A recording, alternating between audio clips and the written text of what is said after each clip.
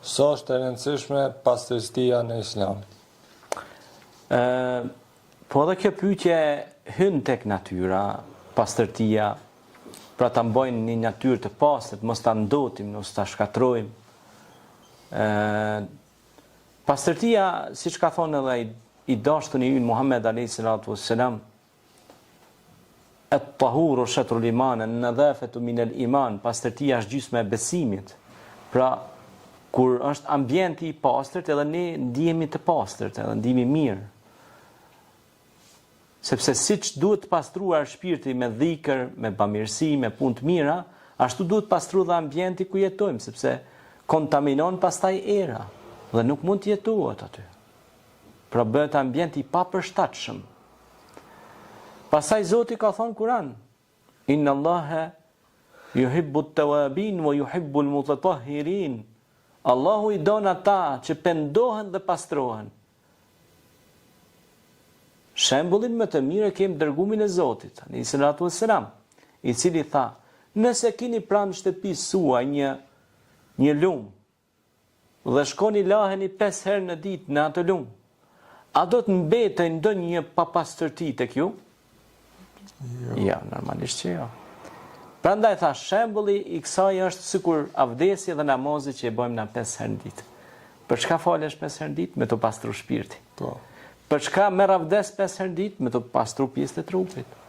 Lahet ujë, sepse dora prek bakterie të ndryshme. Dhe ne kur pastrohemi, pra nuk bijem prej e virusve dhe parazitëve të ndryshëm.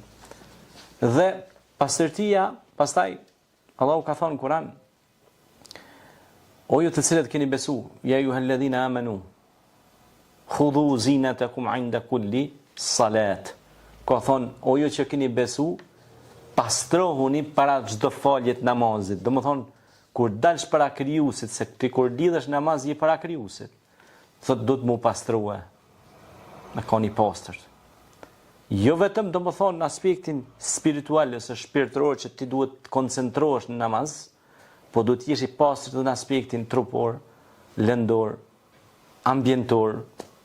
Kjo është pjesë e pastërtisë. E ky është besimi që na mëson që të jemi të pastërt. Nëse gjen diçka të kundërt në besimin ton, pa pastërti, aty nuk ka të bëjë me besimin ton. Nëse shkon në një vend, e thot unë jam musliman dhe e sheh vendin e ndotur, të papastërt, ti thu ti je me gjuhë musliman, por me vepra jo. Sepse vepra flet të kundërtën. Por nëse e shef që thot unë jam musliman, por e ka vendin e pastërt, mashallah. Tash e paske edhe me vepër të realizuar atë çka e ke të urdhëruar dhe të mësuar nga krijuesi i gjithësisë, Zoti fuqiplot. E ai është krijuesi i njeriu që e udhëzon njeriu ka më e mira. Kjo është.